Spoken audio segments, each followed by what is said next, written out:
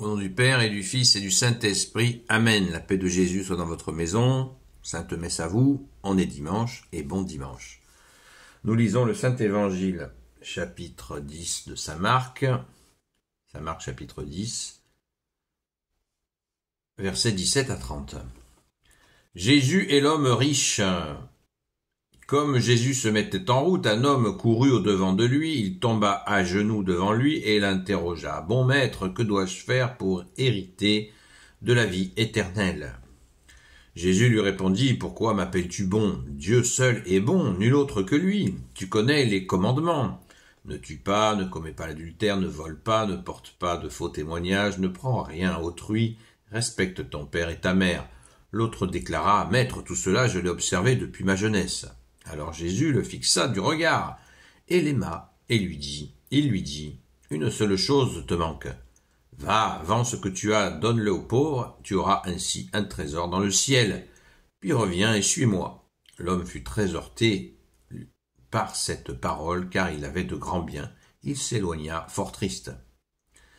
Alors Jésus jeta un regard sur les disciples autour de lui et déclara, « Comme il est difficile à ceux qui ont de l'argent d'entrer dans le royaume de Dieu. » En entendant ces paroles, les disciples furent déconcertés, mais de nouveau, Jésus leur dit, « Mes enfants, comme il est difficile d'entrer dans le royaume de Dieu. Il est plus facile pour un chameau de passer par le trou d'une aiguille que pour un riche d'entrer dans le royaume de Dieu. » Les disciples étaient complètement déroutés et se demandaient les uns aux autres, « Mais qui donc sera sauvé ?» Jésus les fixa du regard et leur dit, « Pour les hommes c'est impossible, mais non pour Dieu, car pour Dieu tout est possible. » Pierre fit alors remarquer, « Nous avons tout laissé pour te suivre. » Jésus répondit, « En vérité, je vous le dis, personne ne laissera maison, frères et sœurs, mère, père ou enfant, ou champ à cause de moi et de l'Évangile, sans recevoir 100 fois plus dès à présent en ce monde, en maison, frères, sœurs, mères, enfants et champs, même avec les persécutions, et dans le monde à venir, il aura la vie éternelle. » Amen. Merci Jésus. Alléluia. Alors ce jeune riche qui vient se jeter aux pieds de Jésus, eh bien, cet homme a beaucoup de biens, nous dit-on. Beaucoup de biens, et la question que je me pose par rapport à cet homme, c'est que, en fait, j'ai l'impression, c'est un avis vraiment très personnel, j'ai l'impression que Jésus savait ce qui allait se passer, c'est que quand il allait lui dire « Vends tes biens, donne-les aux pauvres et suis-moi », ça allait faire flop. Il le savait. Mais on sait dans la pédagogie de Jésus qu'il met des électrochocs pour nous redresser, pour nous réveiller, et des fois c'est costaud. Et cet individu-là, il a peut-être le souci que Jésus a identifié chez lui, c'est qu'il s'occupe surtout de lui-même et non pas des autres. Parce que pour naître, co-naître, c'est naître ensemble, pour avancer spirituellement, ça marche pas avec uniquement son nombril. On avance, Jésus nous donne les deux qualités principales, c'est l'humilité et le service. Et là, on est un peu à l'extrême inverse, c'est-à-dire c'est moi, j'ai tout fait, j'ai bien assuré les commandements, je suis quelqu'un de très bien, etc. Oui, mais qu'est-ce que tu fais pour les autres? Et oui, Jésus ne cesse de le dire, c'est le deuxième commandement supérieur. Après le premier commandement, tu aimeras ton Dieu, ton prochain, ton Dieu, ton Seigneur, ton Dieu, de tout ton cœur, de toute ton intelligence, de toutes tes forces. Le deuxième commandement, c'est aime ton prochain comme toi-même. Ah! Donc en fait, cet homme croyant avoir tout réussi, il a peut-être fait la moitié du deuxième commandement. Il s'est aimé lui-même, il s'est regardé, mais qu'a-t-il fait pour les autres?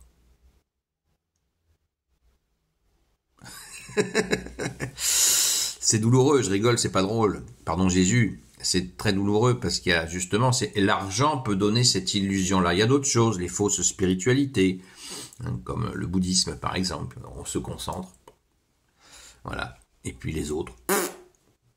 Ah, moi j'ai fait 2 heures de méditation aujourd'hui. Waouh. Ah, moi j'en ai fait 3. Ah, waouh. Ouais. Ouais, et du coup, les gens, là, ils sont où dans vos heures de méditation? Voilà. Donc, vous voyez, la moitié du 2e commandement, peut-être même pas la moitié, c'est très, très important. Merci Jésus de nous rappeler cela. D'ailleurs, ça le rend triste parce que ça le ramène à lui-même. Alors, peut-être que c'est cet électrochoc que lui a donné Jésus qui a fait que cet homme, il a commencé à se dire, mais si mon argent, je le mettais au service des autres. Si j'aidais des gens à faire, je sais pas moi, des petits métiers, des ceci, des cela, venir en aide au secours des malades, etc. Avec, justement, il a cette grâce d'avoir de l'argent et il faut qu'il en rende compte et c'est immédiatement ce que Jésus lui a dit, peut-être et de cette façon assez puissante pour le réveiller parce qu'il fallait ça. Il nous faut des fois un électrochoc pour nous remettre sur la route avec toi Jésus qui est le chemin, la vérité et la vie. Alléluia. Donc l'argent, l'abondance fait écran. Je peux vous dire, mais il y a un petit peu l'habitude par ta grâce au Jésus de transmettre la sainte foi catholique. Le plus difficile, c'est avec des gens très riches. Hein. C'est une réalité. Hein. Ben, ils ont tout. Donc, ton bon Dieu, mec, il a tout ce qu'il a à faire. Voilà. C'est assez fréquent, mais il faut pas faire non plus de généralité. Il y a des gens extrêmement riches qui ont une foi en béton. Donc, mais ce sont des tendances qui sont bien véridiques. Merci Jésus de nous les rappeler. Alléluia.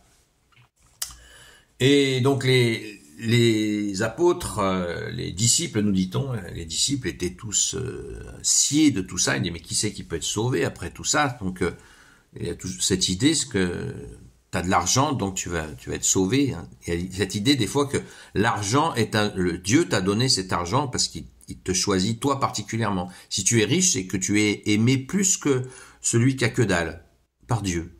Rien n'est plus faux. Rien n'est plus faux. L'argent peut être un boulet pour des tas de gens qui en ont beaucoup. Mais c'est une réalité. Il y a des gens riches qui croient que voilà, c'est notamment le protestantisme a véhiculé et continue à véhiculer cette idée que les riches, c'est qu'ils ont une grâce particulière. Voilà, ils sont particulièrement aimés plus que le pauvre. Ça craint, c'est craignos. Il faut vraiment éviter cela. Alors que Jésus nous enseigne exactement l'inverse. Nous sommes en train de le découvrir. Merci Jésus. Donc, rendons grâce, les amis, rendons grâce à Jésus pour ton enseignement qui est aussi juste que puissant. C'est merveilleux. On peut bien sûr continuer sur la question qui suit. Quand Jésus dit que ceux qui auront abandonné père, mère, champ, enfant, pour le suivre lui et l'évangile. Attention, là il s'agit bien, le malin peut se mettre là-dedans, hein, attention. Là Jésus est face, faut voir le contexte, Jésus est face à des disciples qui ont décidé de suivre Jésus au moment où Jésus lance l'évangile, la bonne nouvelle, et il a besoin de gens extrêmement solides pour porter la bonne nouvelle. Donc, on se jette pas dehors comme ça, dans une robe de bure, sur la route, comme ça, on dirait je suis Jésus. Non, ça se passe pas comme ça. Ces gens-là sont préparés depuis des mois, certains même des années, par Jésus.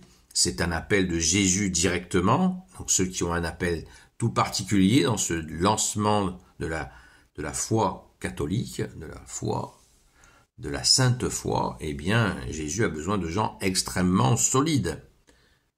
Après, on peut revenir avec quelques précisions sur les appels, hein, dans tous les siècles. Les gens ont eu des appels particuliers. Prenons par exemple saint François d'Assise, qui était d'une famille extrêmement riche, et qui a été appelé. et qui est parti tout nu au sens propre comme au figuré, puisque son père lui disait, si tu veux suivre ton bon Dieu, eh bien, tu me rends tout ce que je t'ai donné. Et saint François d'Assise lui a même rendu jusqu'à ses vêtements. Pour dire qu'il y a des moments quand Jésus fait des appels extrêmement puissants à certaines personnes, voilà, ça y va.